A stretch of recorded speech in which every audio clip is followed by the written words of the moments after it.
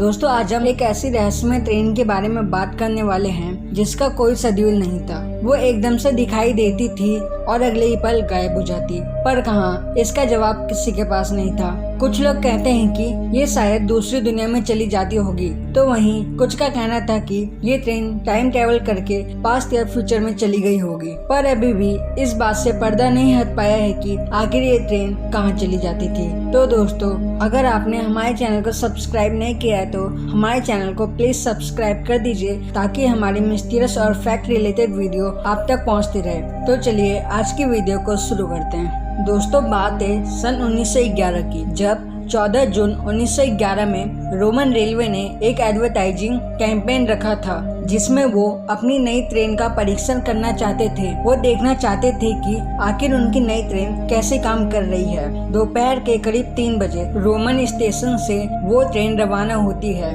दोस्तों इस ट्रेन में 106 लोग थे, जिनमें से 100 पैसेंजर और 6 रेलवे कर्मचारी थे। ये लोग अपने आसपास के प्रसिद्ध जगहों को देखने के लिए निकले थे। इसके लिए उस ट्रेन को 1 किलोमीटर लंबी सुरंग से होकर गुजरना था, जो कि एक पहाड़ के नीचे से होकर गुजर रही थी। मगर सबसे रहस्यमय और हैरानी की बात तो ये थी कि जैसे ही ट्रेन उस सुरंग में गई, उसके बाद उस ट्रेन को किसी ने नहीं देखा। ट्रेन के गायब होने से कुछ समय पहले ही 2 पैसेंजर उस ट्रेन से कूद गए थे और उन दोनों पैसेंजर्स का कहना था कि उन्हें लग रहा था कि कुछ अजीब दुर्घटना घटित होने वाली है। जब उन दोनों से उनके घबराहट की वजह पूछी गई तो उन्होंने बताया कि ट्रेन के टनल में जाने से कुछ समय पहले ही उन्हें सुरंग में से कुछ आवाजें आ रही थी और टनल में सफेद धुआं टनल के शुरुआत में दिखाई दिया था।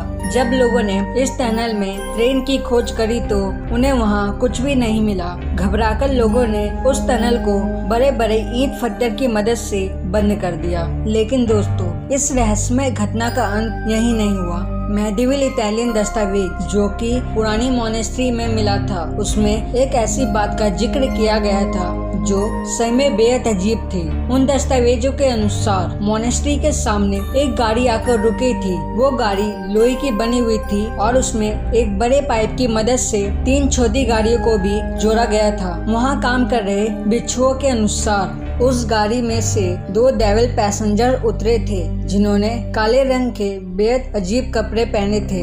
उन्हें देखकर वो बिच्छू काफी डर गए थे। जब उन दोनों पैसेंजर्स ने मोनेस्ट्री में जाने की कोशिश करी तो वो पैसेंजर्स उस मोनेस्ट्री में नहीं जा पाए, तो वो पैसेंजर्स उस गाड़ी से वापस चले गए और वो गाड़ी धुएं में कहाँ गायब हो गई इसका पता किसी को नहीं। लेकिन इस रहस्यमय घटना का अंत यही नहीं हुआ। जो सक्सेनो, जो कि एक मनोवैज्ञानिक डॉक्टर और एक साइकेट्रिस्ट थे, वो 1840 में मैक्सिको में रहते थे और उनके पास उस समय में हुई सारी डिटेल फाइल थी। उसी में से एक फाइल के मुताबिक वहाँ के टाउन हॉस्पिटल में एक बार 104 लोग मास मैडनेस की वजह से भर्ती किए गए थे। दोस्तों अब आप सोच रहे होंगे कि आखिर ये मास मैडनेस होता क्या है, तो मैं आपको बता दूं कि इसका मतलब होता है बड़े पैमाने पर पागलपन, जिसके मुताबिक लोग इतने ज्यादा पागल हो जाते हैं कि उनका अपने दिमाग पर जरा सा भी कंट्रोल नहीं होता।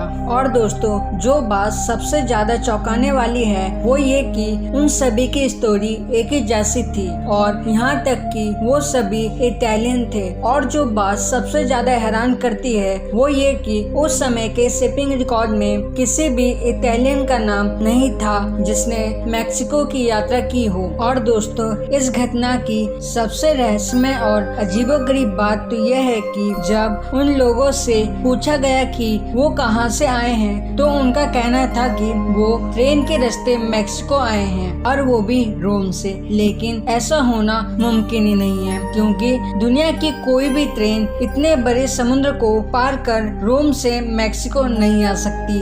आज के समय में ऐसी किसी भी रहस्यमय घटना पर यकीन कर पाना मुमकिन ही नहीं होता। लेकिन लेकिन ये जिन पुख्ता सबूतों की बात मनोवैज्ञानिक ने की, उसका रिकॉर्ड 18वीं सदी में कैसे मिला? ट्रेन तो 1911 में लापता हुई थी, इसलिए आज भी माना जाता है कि वो रहस्यमय ट्रेन अभी भी किसी टाइम लूप में फंस गई होगी। कई लोगों ने ऐसा दावा भी किया है कि उन्होंने इस ट्रेन को देखा है। तो दोस्तों, आपको हमारी ये रहस्यमय वीडियो कैसी लगी कमेंट करना ना भूलें, और दोस्तों हमारे चैनल को प्लीज सब्सक्राइब कर दीजिए ताकि आपको हमारी मिस्टीरियस और फैक्ट रिलेटेड वीडियो आगे भी मिलती रहे। तो दोस्तों मिलते हैं अब अगली इंटरेस्टिंग वीडियो में।